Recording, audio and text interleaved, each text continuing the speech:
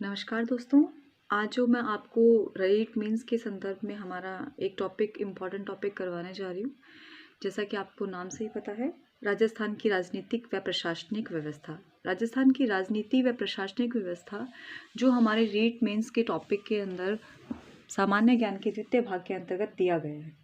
राजस्थान की राजनीति व प्रशासनिक व्यवस्था। राजस्थान की राजनीति व प्रशासनिक व्यवस्था के बारे में अगर हम शुरुआत से जानकारी जानना चाहें तो सबसे पहले आता है हमारा पंचायती राज। पंचायती राज व नगरीय स्वशासन के अंतर्गत सबसे पहले हम बात करते हैं भारत में जो सत्ता का विभाजन है वो 3 स्तरों पर किया गया है। भारत में जो सत्ता का विभाजन है वो मुख्यतः 3 स्तरों पर किया गया है, जिसे हम संघीय, राज्यीय व स्थानीय स्तर पर समझ सकते हैं। इसी के साथ जब हम आगे चलते हैं इसी संदर्भ में, तो स्थानीय स्तर का जो विभाजन है वो 2 स्तरों पर किया गया है। स्थानीय स्तर का जो विभाजन है वो मुख्यतः 2 स्तरों पर किया गया है, जिसे हम ग्रामीण स्तर पर पंचायती राज के नाम से व शहरी स्तर पर नगर पालिका के नाम से जानते हैं। ग्रामीण स्तर पर पंचायती राज संविधान संशोधन 73 सन 1993 के तहत किया गया व शहरी नगर पालिका के अंतर्गत जो इसका प्रावधान है वो संविधान संशोधन 74 1993 के तहत किया गया है। राजस्थान में सर्वप्रथम जो पंचायत अधिनियम बनाया गया वो बीकानेर रियासत के द्वारा बनाया गया सन 1928 में। हमारे राजस्थान में सर्वप्रथम 1928 में बीकानेर रियासत में पंचायत अधिनियम बनाया गया। इसी के क्रम में हम आगे की ओर बढ़ते हैं तो राजस्थान जो पंचायत अधिनियम है वो 1953 के तहत पारित किया गया, जबकि इसे लागू 1 जनवरी 1954 के द्वारा किया गया। हमारे राजस्थान में पंचायत अधिनियम 1953 के तहत पारित किया गया व इसे लागू 1 जनवरी 1954 के तहत किया गया। अब अगर हम आगे देखते हैं हमारे पंचायती राज की तरफ, तो पंचायती राज जो सामान्यतः हमारे यहाँ राजस्थान में त्रिस्तरीय होता है।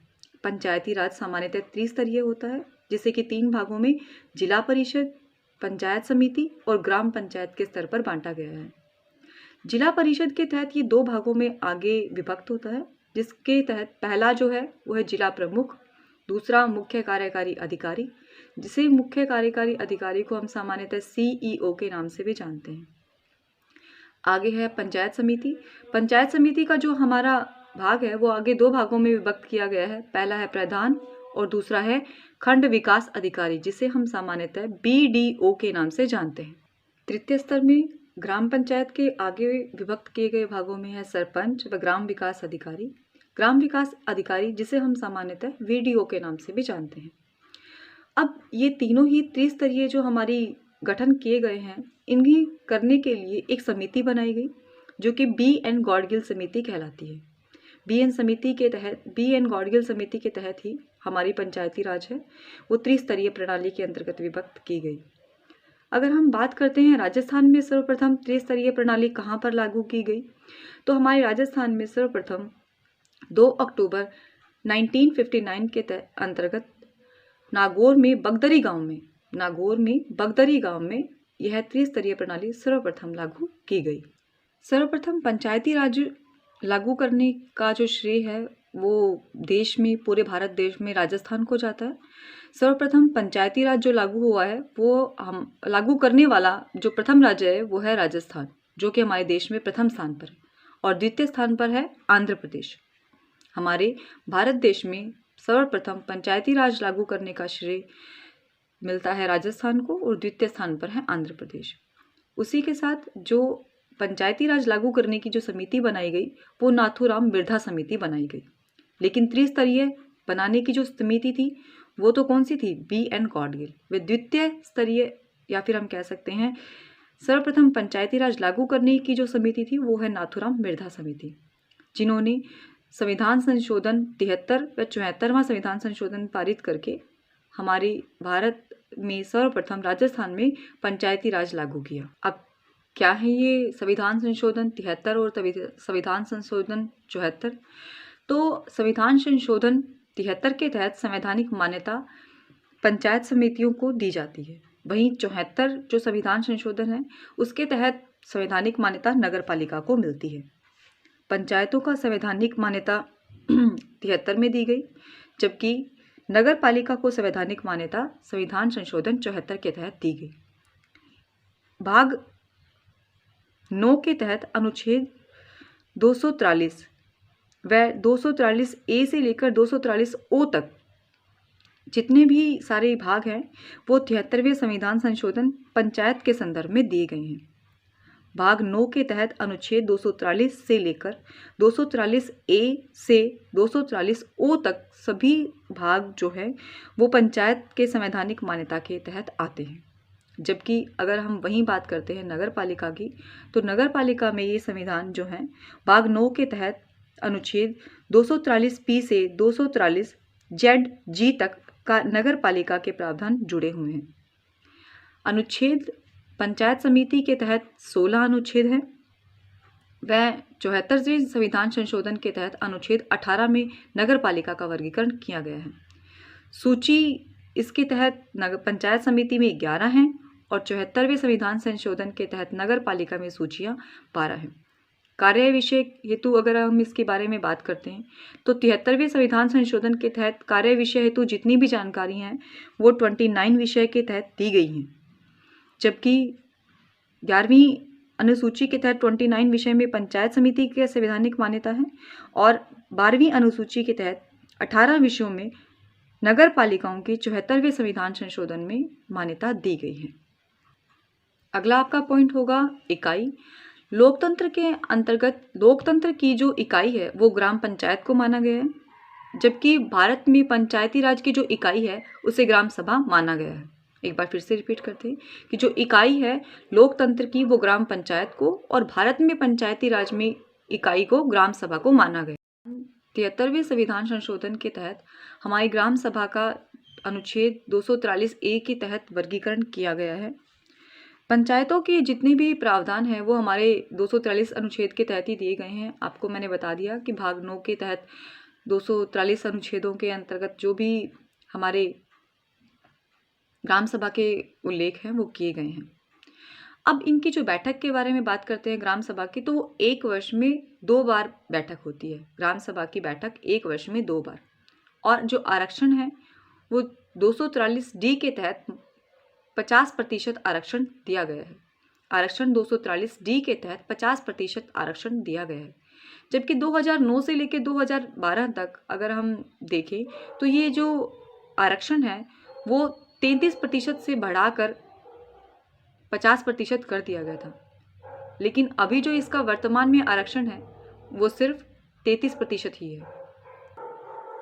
अगला भाग है आपके पास गणपूर्ति का। ग्राम सभा के अंतर्गत गणपूर्ति कुल सदस्य का 1/10 भाग ली जाती है। कार्यकाल 243 ई के तहत 6 माह का है ग्राम सभा के अंतर्गत। वह इसकी जो योग्यता है वो 21 वर्ष है। अगला जो सवाल है हमारा या फिर जो अगला हम इसका संदर्भ पढ़ने वाले हैं वो है पत्रिका का। आजकल जो सामान्यतः ट्रेंड बना हुआ है कि पत्रिका से अधिकतर सवाल पूछे जा रहे हैं, इसीलिए हमें इसका थोड़ा जानकारी होनी चाहिए कि जो हमारे सेंट्रल के अंतर्गत भारत के अंतर्गत पत्रिका आती है उसका नाम है कुरुक्षेत्र।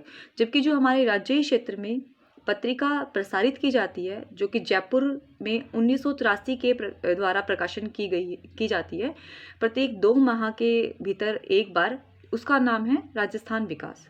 मैंने क्या कहा, एक बार फिर से देखिएगा कि हमारे भारत क्षेत्र के संदर्भ में पत्रिका जो प्रकाशित की जाती है योजनाओं की या फिर उनके संबंधित जितने भी ग्रामीण विकास के बारे में, तो उसका नाम है कुरुक्षेत्र।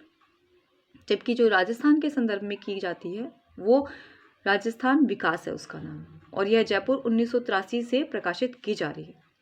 हमारा जो प्रथम न्यायालय है ग्राम न्यायालय वो बस्सी जयपुर में है। राजस्थान का प्रथम ग्राम न्यायालय कहाँ पर स्थापित है? बस्सी जयपुर। इसी के साथ हम आगे देखते हैं कि हमारे प्रशासनिक व्यवस्था के अंतर्गत पंचायती राज में क्या इनका आधार रखा गया है स्थानीय स्वशासन का। तो ग्रामीण स्थानीय स्वशासन के तहत आधार ग्राम पंचायत, पंचायत समिति और जिला परिषद के तहत बनाए गए हैं। प्रथम स्तर ग्राम पंचायत, द्वितीय स्तर पंचायत समिति व तृतीय स्तर जिला परिषद। इसका जो आधार है वो ग्राम पंचायत, इसको निम्नतम स्तर, पंचायत समिति को द्वितीय और जिला परिषद को उच्चतम स्तर माना गया है। ग्राम पंचायत की जो संख्या है वो 11,341 है। वहीं पंचायत समिति की जो कुल संख्याएं हैं वो 352 है। 352 इस संख्या को आप अच्छे से याद कर लीजिएगा, क्योंकि लगातार तीन बार विभिन्न परीक्षाओं के अंतर्गत ये सवाल पूछा गया है। जैसे कि सेकंड ग्रेड 2018 में, सेकंड ग्रेड 2019 के तहत और संस्कृत विभाग की परीक्षाओं में ये सवाल पूछा गया है कि राजस्थान में पंचायत समितियों की कुल संख्या 31 दिसंबर 2018 तक कितनी थी और 31 मई 2019 तक कितनी थी। क्योंकि ये पुराना डाटा था तो उसके अनुसार 2018 और 19 में पंचायत समितियों की कुल संख्या 295, जबकि वर्तमान 2022 के अंतर्गत पंचायत समितियों की कुल संख्या 352 है। आप इसे याद रखिए। आगे हम बात करते हैं निर्वाचन की। तो जो निर्वाचन है वो प्रत्यक्ष और अप्रत्यक्ष रूप से किया जाता है। निर्वाचन प्रत्यक्ष रूप से ग्राम पंचायत स्तर में पंच और सरपंच चुने जाते हैं और अप्रत्यक्ष रूप से उप सरपंच को ग्राम पंचायत स्तर में चुना जाता है। वहीं अगर हम पंचायत समिति के बारे में बात करते हैं तो निर्वाचन प्रत्यक्ष रूप से पंचायत समिति का सदस्य ही होता है और अप्रत्यक्ष रूप से प्रधान और उप प्रधान होता है। वहीं अगर हम जिला परिषद के बारे में देखते हैं तो प्रत्यक्ष रूप से निर्वाचन में जिला परिषद सदस्य होता है और अप्रत्यक्ष रूप से चुना गया जो सदस्य है वो है प्रमुख और उप प्रमुख। आगे बात करते हैं इनकी बैठक के बारे में। ग्राम पंचायत की जो बैठक है वो सामान्यतः 1 माह में 2 बार होती है। ग्राम पंचायत की जितनी भी बैठकें हैं वो 1 माह में 2 बार यानी कि 12 माह में 24 बार। वहीं जो हमारी पंचायत समिति है, पंचायत समिति की बैठक 1 माह में 1 बार व वर्ष में या 12 माह में 12 बार होती है। आगे जिला परिषद के अंतर्गत 3 माह में 1 बार इसकी बैठक की जाती है व 12 माह में यह बैठक 4 बार की जाती है। एक बार फिर से मैं बैठक का ब्यौरा फिर से आपको रिपीट कर देती हूँ, क्योंकि ये सवाल लगातार आते रहते हैं और ये जो डाटा आपने देखा है अभी ये भी विगत परीक्षाओं में आया हुआ है। 1 माह में ग्राम पंचायत की 2 बार, पंचायत समिति की 1 बार और जिला परिषद की 3 माह में 1 बार, ग्राम पंचायत की 12 माह में 24 बार और पंचायत समिति की 12 माह में 12 बार, वहीं जिला परिषद की 12 माह में 4 बार। आगे सवाल है त्यागपत्र का। ये पिछली परीक्षा में आया हुआ है प्रश्न है। क्या प्रश्न आया था? राजस्थान में ग्राम पंचायत के सरपंच, उप सरपंच, वार्ड पंच का त्यागपत्र किसे संबोधित करता है? हमारे राज्य में जो ग्राम पंचायत के सरपंच, उप सरपंच, वार्ड पंच हैं, इनका त्याग पत्र किससे संबोधित किया जाता है? तो आपका जवाब होगा विकास अधिकारी। ठीक है, तो यह सवाल आपके 2020 के किसी परीक्षा में आया हुआ है। त्यागपत्र वो किसको देता है? विकास अधिकारी को देता है, बीडीओ को। वहीं पंचायत समिति जो अपना त्यागपत्र देती है वह जिला प्रमुख को देती है और जिला परिषद संभागीय आयुक्त को देता है। जिला परिषद जो है वो अपना त्यागपत्र संभागीय आयुक्त को, उप प्रमुख व जिला परिषद के जो सदस्य हैं वो भी जिला प्रमुख को ही देते हैं। अब तक हमने पढ़ा ग्रामीण स्थानीय स्वशासन। आगे हम देखते हैं राजस्थान में नगरीय स्वशासन। नगरीय स्वशासन के तहत ये आगे 3 भागों में बांटा गया है। पहला है नगर पालिका, दूसरा है नगर परिषद और तीसरा है नगर निगम। नगर पालिका की जो जनसंख्या है वह 1 लाख जनसंख्या निर्धारित की गई है, या फिर जैसे हम समझ सकते हैं कि जो राजस्थान में नगरीय संस्थाएं हैं उनका गठन 1 लाख की जनसंख्या वाले नगरों में किया जाता है। वहीं नगर परिषद है वह 1 से 5 लाख तक की जनसंख्या वाले नगरों में बनाई जाती है। नगर निगम 5 लाख से अधिक जनसंख्या वाले नगरों में बनाई जाती है। मैंने क्या कहा कि नगर पालिका 1 लाख की जनसंख्या वाले नगरों में, नगर परिषद 1 से 5 लाख तक की जनसंख्या वाले नगरों में और नगर निगम 5 लाख से अधिक जनसंख्या वाले नगरों में बनाया जाता है। यह बहुत ही इंपॉर्टेंट है कि जो हमारे अध्यक्ष हैं वो कौन होते हैं। ये प्रश्न बार बार पूछा जाता है कि जो हमारे नगरीय स्वशासन है इनके अंतर्गत कौन से अध्यक्ष बनाए जाते हैं या फिर इनके सामान्यतः नाम क्या है। तो अध्यक्ष जो हैं नगर पालिका के वो सभापति होते हैं। कभी कभी आपको ये चेयरमैन के नाम से भी जाना जा सकता है या फिर चेयरमैन के नाम से भी इसे आप देखेंगे कुछ एग्जाम्स के अंदर। नगर परिषद का जो अध्यक्ष है वह भी सभापति होता है और नगर निगम का जो अध्यक्ष होता है उसे महापौर या मेयर कहा जाता है। यह प्रश्न हमारे विगत परीक्षा में आया भी हुआ है कि नगर निगम का जो अध्यक्ष है उसे मेयर या महापौर कहा जाता है। आगे हमारा जो प्रश्न है वो है कि जो राजस्थान की प्रथम नगर पालिका है, राजस्थान की प्रथम नगर पालिका कहाँ पर बनाई गई? माउंट आबू में। यह 1864 में बनाई गई। माउंट आबू 1864 में राजस्थान की प्रथम नगर पालिका बनाई गई। आगे बढ़ते हैं इसी में। इंदिरा गांधी पंचायती राज व ग्रामीण विकास संस्थान, इंदिरा गांधी पंचायती राज व ग्रामीण विकास संस्थान जयपुर में 1989 में स्थापित किया गया। 1989 में जयपुर में इंदिरा गांधी पंचायती राज व ग्रामीण विकास संस्थान को स्थापित किया गया। लास्ट जो हमारा पॉइंट है, कुछ इम्पॉर्टेंट जो इसके पंचायत के प्रावधान हैं जो हमें याद कर लेने चाहिए कि जो पंचायत के प्रावधान हैं 243 के तहत इसकी परिभाषा दी गई है और 243G के तहत इसकी कार्य की शक्तियाँ दी गई हैं और आई के तहत 243I के तहत इसे वित्त आयोग संदर्भ किया गया है और 243K के तहत निर्वाचन को रखा गया है। इसे हम कैसे याद कर सकते हैं कि 243 परिभाषा है, यह तो आपको याद ही है, जबकि 243G के साथ आप कार्य को रिलेट कर सकते हैं, कार्य शक्ति को। कार्य शक्ति का मतलब होता है P पावर, और पावर जो हमारे घरों की सामान्यता होती है वो किस में होती है? गर्ल पावर में होती है, हमारी बहनों में, हमारी माताओं में। तो हम इसे P और G से याद रख सकते हैं कि जो पावर है वो किसके पास है? गर्ल के पास है, कि गर्ल पावर है। आगे आई है, आई को आप याद रख सकते हो कि आई फोन, जिसे हम याद रखते हैं कि आईफोन कैसे आएगा? जब वित्त होगा, बहुत सारा धन होगा, पैसा होगा, तो वो हम प्राप्त कर सकेंगे, जिसे आईफोन से ये स्कीम आप याद रख सकते हैं। आगे है निर्वाचन के तहत लिखा गया है। निर्वाचन यानी कि जिसे हम सामान्यतः ई इलेक्शन के नाम से जानते हैं।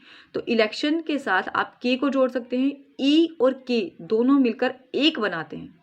तो हम भी अपने राज्य को, हमारे भारत देश को एक बनाते हैं इन चुनावों को करवा के, इन निर्वाचन को करवा के। तो आप ई से इलेक्शन निर्वाचन को याद रख सकते हैं और के को जोड़कर ई और के का निर्वाचन से 243 के पंचायत प्रावधान को याद रख सकते हैं। Thank you. आई होप कि जानकारी आपको बहुत ही काम आएगी।